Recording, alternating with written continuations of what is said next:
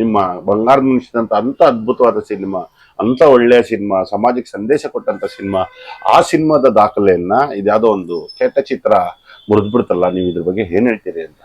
ಒಳ್ಳೇದು ಅಂತ ಇದ್ದಾಗ ಕೆಟ್ಟದ್ದು ಅಂತ ಕೂಡ ಒಂದಿರುತ್ತೆ. ರಾಜ್ಕುಮಾರ್ ಅವರು ಒಂದ್ಸತಿ ಏನಾಗ್ತದೆ, ಕರ್ನಾಟಕದಲ್ಲಿ ಅತಿ ಹೆಚ್ಚು ದಿವಸ ಓಡಿದಂತ ಸಿನಿಮಾ ಬಂದು ಬಂಗಾರದ ಮನುಷ್ಯ. ಕೆಂಪೇಗೌಡ ಚಿತ್ರಮಂದಿರದಲ್ಲಿ ಬಂಗಾರದ ಮನುಷ್ಯ 2 ವರ್ಷ ಓಡುತ್ತೆ.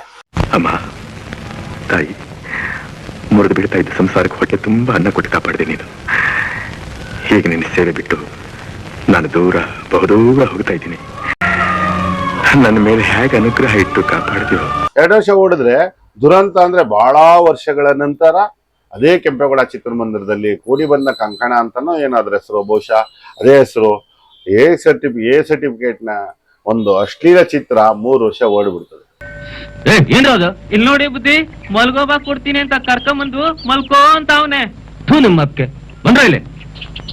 ಬಂಗಾರದ ಮನುಷ್ಯನ ದಾಖಲೆಯನ್ನ ಈ ಕೆಟ್ಟ ಸಿನಿಮಾ ಒಂದು ಮುರಿದು ಬಿಡುತ್ತೆ.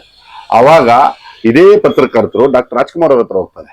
ಡಾಕ್ಟರ್ ರಾಜ್ಕುಮಾರ್ ಅವ್ರನ್ನ ಕೇಳ್ತಾರೆ, ಸರ್ ಇದು ಏನು ನಿಮ್ಮ ಬಂಗಾರದ ಮನುಷ್ಯನಂತ ಅಂತ ಅದ್ಭುತವಾದ ಸಿನಿಮಾ, ಅಂತ ಒಳ್ಳೆಯ ಸಿನಿಮಾ, ಸಮಾಜಕ್ಕೆ ಸಂದೇಶ ಕೊಟ್ಟಂತ ಸಿನಿಮಾ, ಆ ಸಿನಿಮಾದ ದಾಖಲೆಯನ್ನ ಇದ್ಯಾವುದೋ ಒಂದು ಕೆಟ್ಟ ಚಿತ್ರ ಮುರಿದ್ಬಿಡ್ತಲ್ಲ. ನೀವು ಇದ್ರ ಬಗ್ಗೆ ಏನ್ ಹೇಳ್ತೀರಿ ಅಂತ.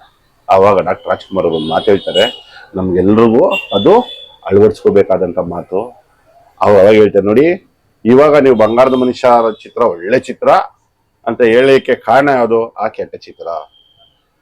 ಕೆಟ್ಟದ್ದು ಒಳ್ಳೇದು ಎರಡೂ ಇರುತ್ತೆ. ಆ ಕೆಟ್ಟ ಚಿತ್ರ 3 ವರ್ಷ ಓಡೋದಕ್ಕೆ ನಿಮ್ಗೆ ಇವತ್ತು 2 ವರ್ಷ ಓಡಿದಂತ ಬಂಗಾರದ ಮನುಷ್ಯ ತುಂಬಾ ಒಳ್ಳೆ ಸಿನಿಮಾ ಅನ್ನೋಂಥದ್ದು ಮನದಟ್ಟಾಯ್ತು. ಸೊ ನಮ್ಗೆ ಒಳ್ಳೇದ್ ಬೇಕು ಅಂದ್ರೆ ಒಳ್ಳೇದನ್ನ ಗುರುತಿಸಕ್ಕೆ ಕೆಟ್ಟದ್ದು ಕೂಡ ಬೇಕು. ಹಾಗಾಗಿ ಜನಗಳು ಅದನ್ನ ತೀರ್ಮಾನ ಮಾಡ್ತಾರೆ. ಅವ್ರವ್ರ ತೀರ್ಮಾನಕ್ಕೆ, ಅವ್ರವ್ರ ವಿವೇಚನೆಗೆ ಅದನ್ನ ಬಿಡೋಣ. ನೀವ್ ಹೇಳಿದ್ದು ನಾನು ಹೇಳಿದ್ದು ಕರೆಕ್ಟ್ ಅಲ್ಲ. ಹಾಗಾಗಿ ನಾವೆಲ್ಲರೂ ಕೂಡ ಒಂದು ಒಳ್ಳೆ ಮನಸ್ಸಿನಿಂದ, ಒಳ್ಳೆ ಆಲೋಚನೆಯಿಂದ ಬದುಕೋಣ.